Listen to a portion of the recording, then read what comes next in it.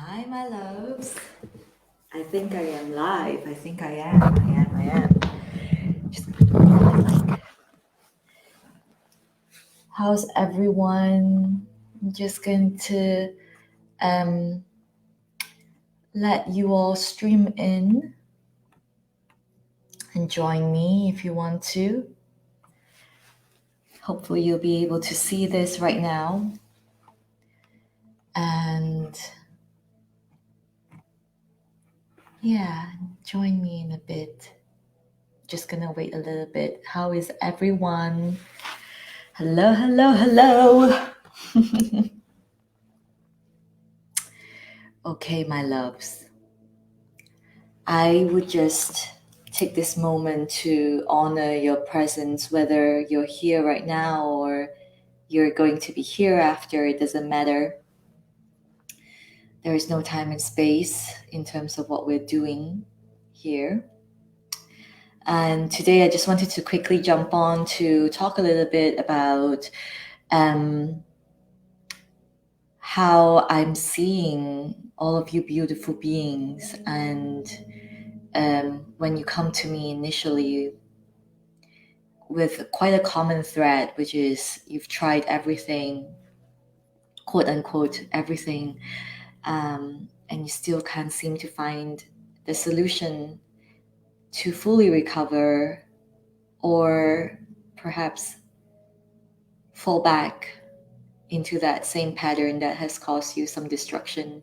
And today I just wanted to share a little bit about why that feels like something that feels impossible, but actually is very, very possible. So welcome, welcome, welcome again. If you're joining me, stay with me. I'm going to share with you a little analogy, and I just found it really fascinating. I hope that you'll be able to relate as well. So today I was in the shower after my yoga session. I went into the shower, and here in Scotland, it can get pretty cold. And if you've ever been to a place, I still remember when I went to a place called Vermont, which is in the northern part of America. Winter there can be pretty brutal. Like, it's like -10 degrees Celsius, and you're just like freezing when you have to take off your clothes to get into the shower. Everything is just icy cold. And so when you get into the shower and the water that comes down is like super warm and sometimes even hot, actually, it feels so damn good because your body is just melting. It's all this amazing sensation of your muscles are relaxing under the heat and everything, right? And today I had that same sensation when I went into the shower, because we tend to turn off the heating in the day just to save some electricity, and we try not to use too much of that for environmental reasons as well. And so I was freezing, jumped into the shower. The water was so hot, and I was just like, oh my god, this is so good, so good, and I want to stay under the water forever. But at the back of my head, I always had this, I know that eventually I have to step out of this. Like, I have to step out of this hot water. I have to face the icy cold temperature that's waiting for me outside of this shower. And yet in my head, my ego wanted to grasp onto this moment just a little bit longer, just a little bit longer, just a little bit longer, because it feels so good. And yet I know that I cannot stay in this hot water forever because, well, I mean, I can't remain there forever naked. And secondly, the water is going to prune my skin and I'm just going to dissolve into nothingness, right? And I'll probably catch a cold after. So why do I want to tell you this story? Why is it related? How is it related to the fact that, you've tried everything in recovery and you've never really achieved full recovery? I'm going to tell you. So in that sense, we can see a common thread, the fact that we came to a space where we found that, my eating behavior or the way that I'm treating my body is not good for me. It's because it was a coping mechanism at the very beginning that served you. It did, it did. It served you in a way where you don't have to feel your sadness, perhaps, or your loneliness, or the silence that you fear. What is it that you fear? Basically, what you fear was something that this control you have over food and your body has helped you to cope. And it has helped you to carry you to where you are today. And yet, and we all know this, we know this on the level of the head, like we know this in our logical mind, and yet we do it, is that we avoid feeling the pain. And this is very normal because our ego, our protective self, which is the ego, serves to keep us alive. It serves to keep us on this survival mode. Basically, it's surviving, right? And your subconscious mind, as opposed to the conscious mind that is acting for you, subconscious mind is very powerful, because this is where if you sweep anything away, you're basically sweeping it into the, I like to call it like the attic, because then you close the trapdoor and everything is just there and you don't need to look at it. It's all there, but you don't want to look at it. You think that it'll go away on its own, but it doesn't. It just keeps accumulating. So what we want to do here really is, if we want to even have an ounce of chance for full recovery, we need to understand first and foremost that this will take work. This will take us stepping in fully, saying that, yes, I am ready to do whatever it takes to fully recover. I am no longer going to abandon myself ever again. I'm going to face up to the demons, the darkness, the fears, the anxiety, whatever it is. I'm going to face up to them, because those things are going to serve me. Those things are part of me. I'm no longer denying their existence. I will face up to them because they are part of me. I want you to let that sink in just a little while right now, because if you keep sweeping away your fears, if you keep sweeping away whatever it is that you're in denial of, that you don't want to think about, these things will just keep popping up in your experience. You can run away. You can absolutely run away from this person, this job situation, whatever it is, but it will keep popping up until you learn, because the universe is that awesome. It is serving you. You can't see it as a gift at this point, maybe, but I'm telling you 100% it's serving you. And this is the ultimate thing that I want you to know. If you're sitting there thinking, oh my God, like that sounds like a lot of work, and I'm terrified and I don't know what to do, and I already feel so shit and stressed out, and you're telling me I need to do more work. Well, this is where I come in, and this is how I work with my clients, is that I will take you through a journey where we work through your body, so that I guide you to feel it even before your mind makes sense of what we're doing. So your mind is not on the watch where it's like, okay, they're coming for me here, I'm going to block you right now.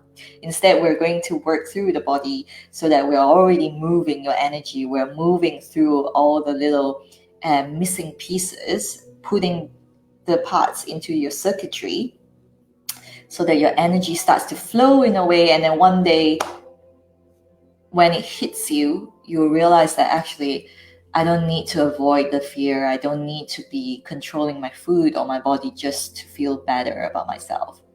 And that is where the magic happens. And that is where you need to keep doing the daily work to really feel great. It's just like a shower, right? You can't just take one shower and expect yourself to be clean for the entire month or the entire year. It's exactly the same thing. And yet a lot of people think that, once we've passed through an obstacle, once we've gone through that, once we've recovered, we don't need to do the work. No, it's like a shower. You need to shower every single day to keep yourself in clarity, to keep yourself in harmony, to keep yourself in peace and joy. And even when you see something like, oh, there's some murky stuff on me, you don't shirk from it, because that's on you, that's on your skin. And you just need to understand that it's there, and then we strip it away, we clean it away, we scrub it away. And even when we scrub ourselves, we want to give ourselves total love when we scrub ourselves. Oh, I just love this analogy that I just came up with today while I'm standing in my shower. So I'm thanking the universe for giving me that opportunity where I was in a freezing cold space where I step into the shower. I love that. I love that. Oh, I see a message, but I don't really know who it is because StreamYard doesn't show me unless you show yourself. But you can absolutely listen to this on replay. So you can come back later for sure. But thank you for whoever that's watching right now. Just let me know, if you're watching. I'd love to say hi. And so I just want to tell you again, just going back to the subject of today, why has it been so hard for you to recover fully? Why has it been something that you've tried but you can't really commit to, and you beat yourself up because you feel like you're a failure for not being able to just get there, right? I just want you to know that you are not a failure, and we need to stop that talk right now. We need to stop saying that we are a failure. We need to stop thinking that when we fail, it's a failure. I think it took me a while, and absolutely, yes, it takes work to wire this in, but there is only wins or learn. There is no lose, no loss, rather, no failure, and everyone is a winner. Every single person is a winner because we gained experience through whatever we've done. There is nothing lost. So again, going back to how we can really come to a chance of full recovery is that we need to stop separating. We need to stop having this linear approach to everything, or like it's all or nothing, or it has to be better, it has to be better, it has to be better. Why are we in that state of quasi recovery? Because we haven't released judgment, because we are still in this phase where we're thinking, oh, maybe if I control a little bit of my diet, or maybe if I control a little bit through my exercise, I would still be able to be in control in something. If that's you, let me know, because there's no shame in admitting that. If you're feeling like, yes, I want to recover and I'm trying, I'm doing my best, but I still feel like I need to control my food intake. I still feel like, everything out there on Instagram is telling me that I need to work out for 2 hours or 1 hour, or I need to work out really hard. I need to run to lose weight, and I eat, and I therefore need to lose weight. All of these things, please just speak, share. Because when you share, you realize that they are all magnified in your head, then really not as intimidating or threatening. When we are able to show our mind that if we do not follow that fear talk, if we don't follow it and we do something else that is the exact opposite, and you're totally fine because you know you are going to be fine, your mind will suddenly think, hey, wait a minute, that's actually not going to kill me. So I think I'll let her go continue to do that. And that's exactly how I did that.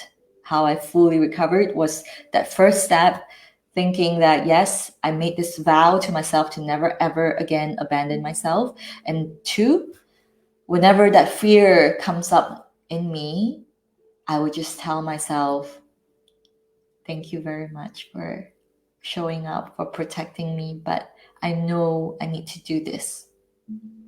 And so I'll go and have a meal with my friends. I'll go out and have a meal that is laden with things that I fear. And I would even eat slowly, be really present when I do that. And yeah, at the beginning, I took pictures of every meal I had because I was so damn proud of myself. And I don't need to justify this to anyone. I don't need to show the pictures to anyone. It's just for you. So if you want to try that, do that yourself. And just be so proud of yourself. Remember where you came. You came from here to here. Great. Let's keep going. Because that is what life is. Life is a journey, and this is just one chance, one encounter in this life. And how are you going to live it? Are you going to still live it just being strapped and tied down by this fear of food, or feeling like you're completely losing control around food? That is one thing I want you to understand. My intention is not to say that you need to be joining the program, to be guided by me, whatever it is that you're doing for yourself. I want you to know that you need to do this for yourself. No one else can. That is the most important thing to understand. Life is absolutely so precious. And when I come to this space, if I have the honor, and when I have the honor of guiding you, my highest intention is to hold that vision for you, the vision of you beyond recovery. I can always feel and sense what you're telling me, what you really want. Beyond that, I can see it already, even when you can't. And that is the power of getting help. That's the power of getting a mentor who's gone through all of that. Because then, even when you feel like today I can't do this, you have someone who can be there to share with you your vision that you've set yourself. I will repeat it back to you, and even more, I will show you what's beyond recovery, what's possible for you. So, my love, I really wanted to share this today with you because I just know that your disordered eating is not the demon. It's not something to fear. It's not something to hate. And I want you to know that you can come to a space of absolute freedom and absolute joy and love for your entire being. Even one day, I mean, I'm human too. Like, there are days when I wake up and I look at my body and I hate it. Like, I'm just like, wacky. But very quickly, I bounce back. I'm like so grateful for this body. And nowadays, when I get an invitation to go out to eat, it used to be such a hard decision to make. But I can sit here right now and like, I want to have a pie, I'll have a pie. And that's not going to kill me.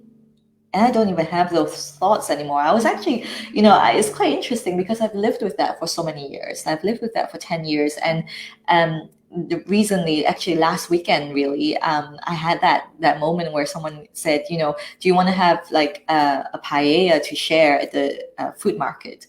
And I didn't have that moment of like hesitation at all. And I was really proud of myself. Like, I thought I would. I've had that for so long that I thought it would just come up so naturally. But I was actually like, yeah, let's rock it. That'll be fun. So fun. Because we'll be sitting out in the sunshine and we'll just be having something. The paella, it's a very famous thing here in Edinburgh, and people queue up for it and all of that. And I just thought, wow, I want to just try it and see what's so amazing about it. And that's it. Like, I don't have that fear anymore of, am I eating too much? Or what if there's too much oil in it? Or if there's fried food in it? Whatever it is, I'm absolutely at peace. And I'm so grateful for all those times when my mind was able to cooperate with me.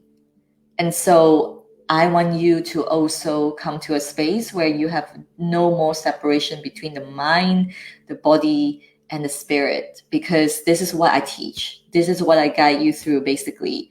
If you keep separating yourself this way, there will never ever be, and I dare to say this right now because I solemnly, passionately believe in this, you will never ever reach a point of true freedom because you're still separating your mind from your body, thinking you're working in different ways, all of that. No, we need to come to a space where we know that we're already working as one huge machine, and we're all having all these parts that are communicating with each other, and yet we have disconnected all the circuits. Because of that, we cannot hear it anymore.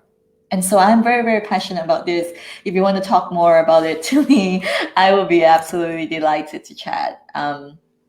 And oh my goodness, I just saw your messages, Julia. Oh, eating should be a natural concept, but it's not so nowadays. I love, love, love that. It's so true, isn't it? I mean, this is another topic I kind of touched upon, but I would definitely come back to, is that, how do we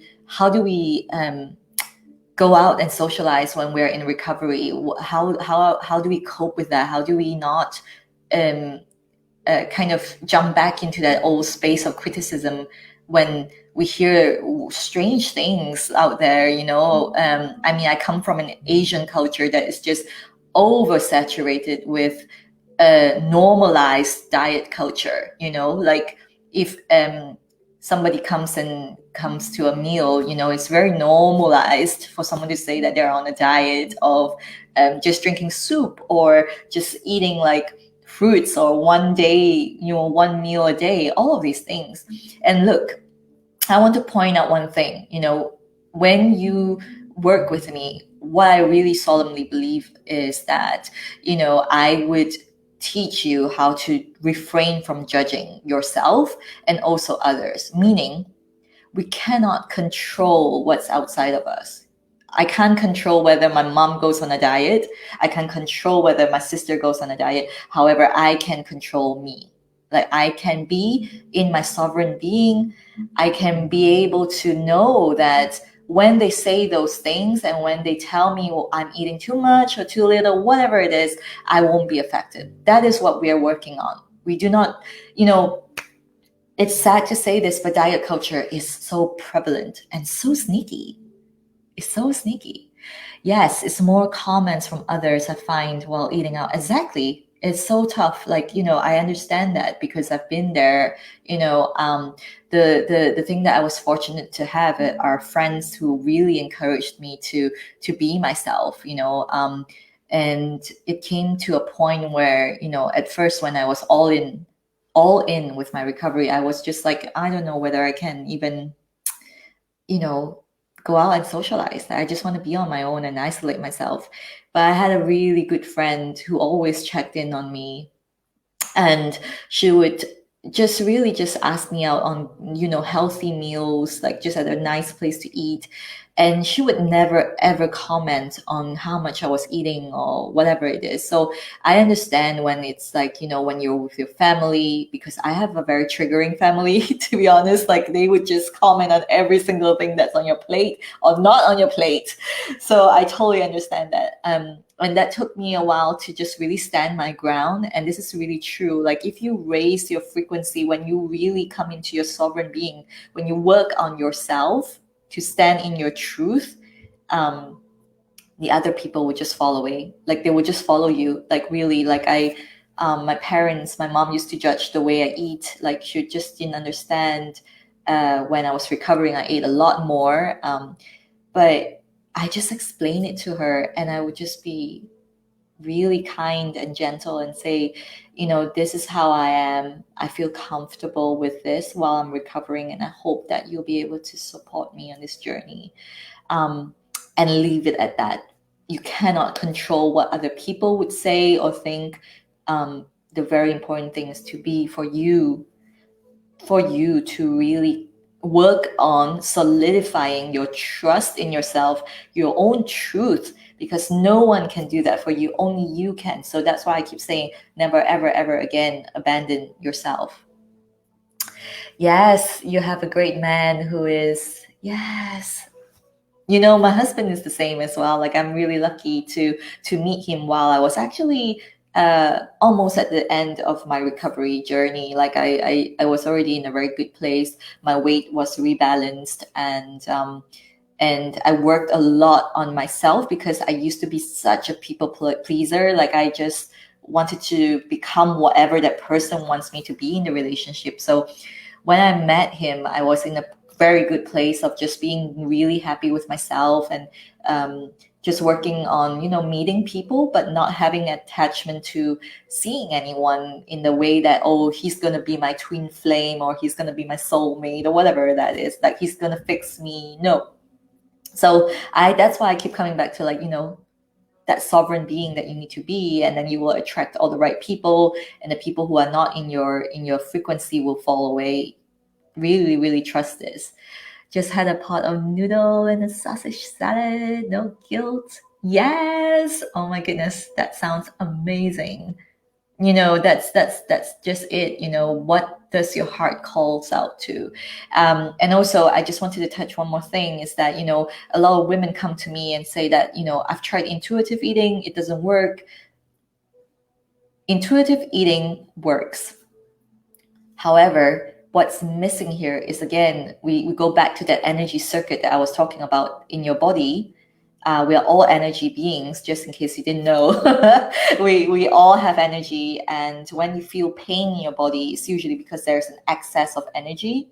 And when there's an excess of energy in a specific part, that means there is something missing in another part. There's energy missing in another part. So that's how we work through it when you're working with me. But when you say, oh, I tried intuitive eating, but I just can't stop eating, and I crave all the wrong foods and all that, I would say that that's because you haven't worked on the first foundation of it. Like, what is it that you need to confront? So what is it that you need to look into? What is it that is really, what is that framework that you need to put up first in order for you to understand what you need to eat? Because I truly, truly believe that when you have all the groundwork done, your intuition for eating will lead you to the right foods.